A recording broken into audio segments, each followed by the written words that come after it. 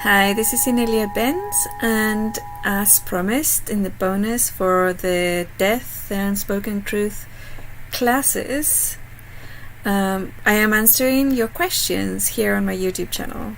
If you haven't done the class yet, you can go to my website, it's ineliabenz.com, and you can download the class from there.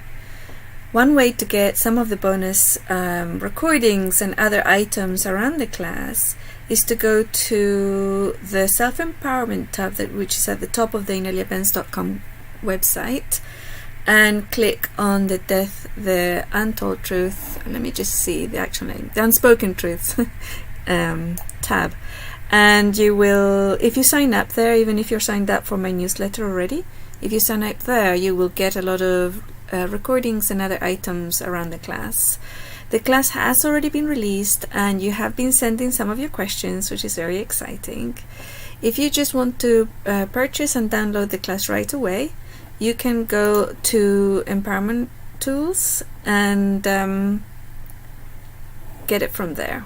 So Empowerment Tools, and then the class will be listed under Audio Classes, and it is on the top line of the audio classes page, Death, the Unspoken Truth. So okay, let's get on with the questions.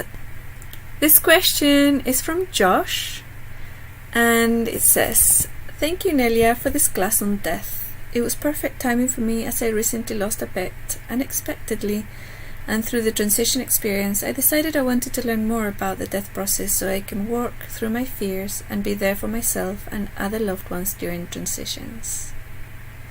My question is about the purpose of life that you briefly discussed.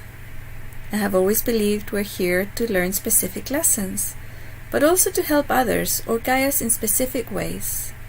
When I heard you say there is no karma or lessons to learn, I initially didn't believe you and had a resistance to this statement.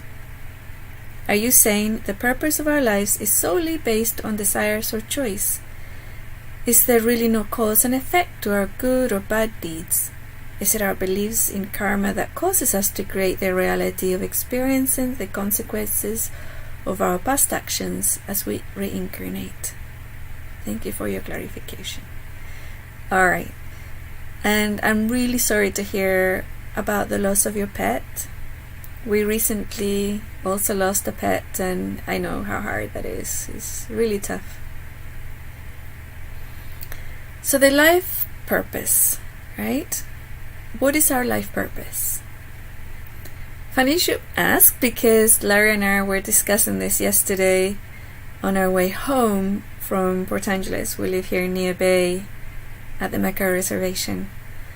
Anyways, on the long drive, it's a 1.5 hour drive, we were discussing the different reasons why individuals will be here on Earth. When I talked about the fact that we're not here to learn lessons, it's from the perspective of you being a divine, eternal being. Why would you need to learn anything as a divine, eternal being? Another way to see it is that you're not necessarily here to learn anything, but yes, you are here to have experiences. For most of the individuals that I have met, especially the individuals who are working on themselves to raise their frequency so that they can do something here on this planet, help our society, help our collective to raise its frequency, and vibrational frequency, I should say, and have higher levels of experience, more expanded experience. We start moving into areas which are feel more satisfying than learning lessons through hardship. One of the experiences that I've seen that people move into as they raise their vibrational frequency is that they start assisting other people in doing the same. it's almost like a collective need, as it were, to come here and help others to raise their level of experience or change it to a higher bandwidth of frequency. And when that happens, I see that individuals start creating. They create amazing things, beautiful things. They start exploring, not just exploring within themselves, but also exploring the multidimensionality of our existence. They start exploring ways of traveling beyond our physical limitations. They start exploring, indeed, the place between life and death. They start exploring, even at a physical level, they start getting interested in exploring space, other beings, other sentient beings, connecting and relating to Gaia, to Earth, to plants, trees, and other species here on the planet. So, and it seems that the lower their frequency experience, the more disconnected the person is, and the less expansive they want to be, or the less they want to find out. Now, with regards to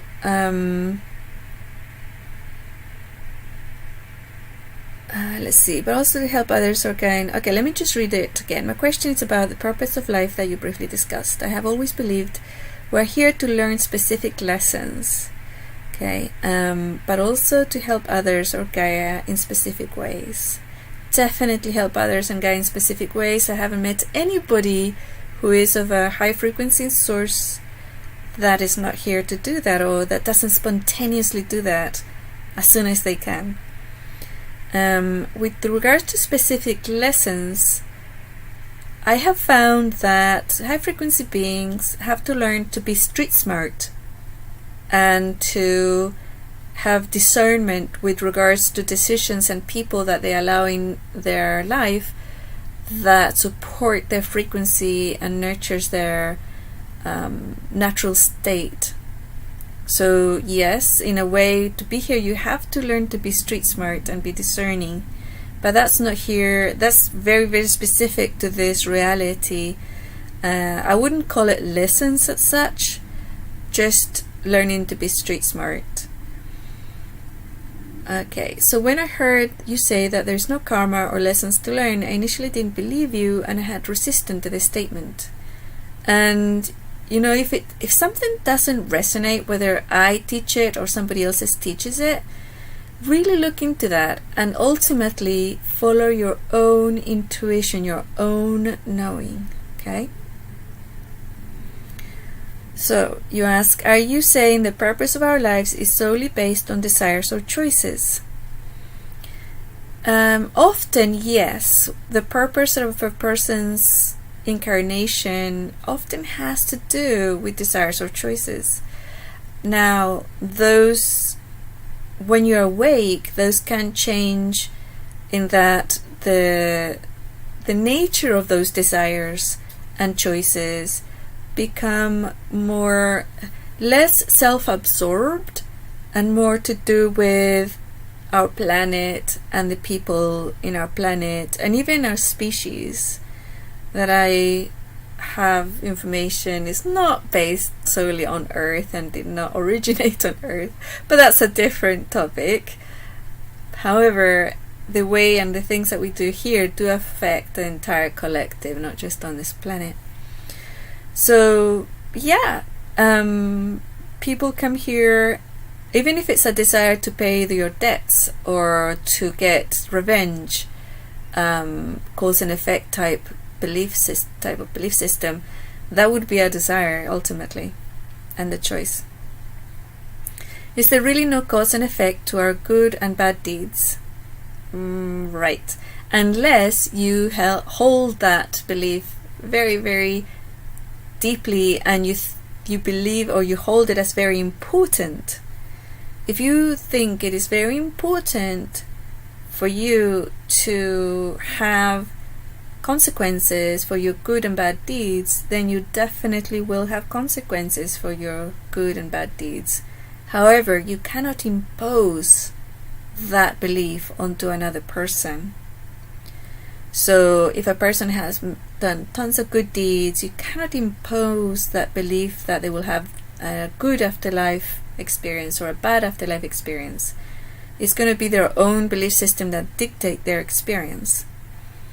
And it's the same, with the bad deeds. If somebody has done terrible deeds, you cannot dictate that they have bad experiences in their next life or in the in-between place or even in this life, unless they too hold that belief system. Most individuals, especially the ones who are asleep, you pretty much have to be asleep or low frequency to do bad things to others, to hurt other people, be unkind to them. The people who are from low frequency sources don't have that sense of guilt or payback. Now, if you're from a positive or high frequency source and are playing low frequency games through programming or choices, decisions, every time you're unkind, every time you lie, every time that you do something that is negative or hurts another person, you will keep score. And that's what guilt is about. The energy or feeling of guilt will be that. And when you reach a certain level of that, then you will create a situation or co-create a situation where you have payback, right? You have to pay for your deeds, bad deeds. Now, when it comes to somebody who is low frequency or is like a psychopath or something like that, our human collective does have a co-created impulse to stop dangerous and destructive individuals. So often these individuals would be captured and, quote, punished, unquote. Mostly they will be separated from the rest of society so that they cannot hurt others anymore. Does that have to do with karma? I don't think it's related to karma. I think it's related to our collective nature being a high frequency collective, that we naturally stop individuals who are unkind or destructive or cruel and remove them from our society.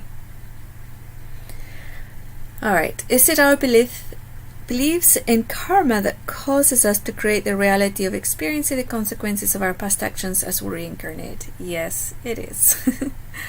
It is that. And also, sometimes the person just wants to experience negative things to see what they're like, to have the experience. It's not about learning lessons, but it's simply to have the experience. I talked a little bit on the class about if two friends, one friend says, hey, I want to have the experience of being murdered by a friend, can you do it for me? And that person says, sure, let's do it. It's to do with that. Our experience here on this planet is a tiny little blip in the universal time-space experience, and it really is to do with each person's or each being's having that experience, and also a lot of individuals who are here with the mission of helping this particular being Gaia and all her creatures and all the human beings who are there on this planet to break free from the dark paradigm or the low frequency experiences that one can have in a physical body. So a lot of individuals have come just for that and only that. Well, thank you, Josh, for your questions. I will start making more videos for your questions and will be posting them on my channel. So if you like this, just subscribe to my channel here on YouTube, or you can go to ineliabenz.com and subscribe to the newsletter, and you will receive these YouTubes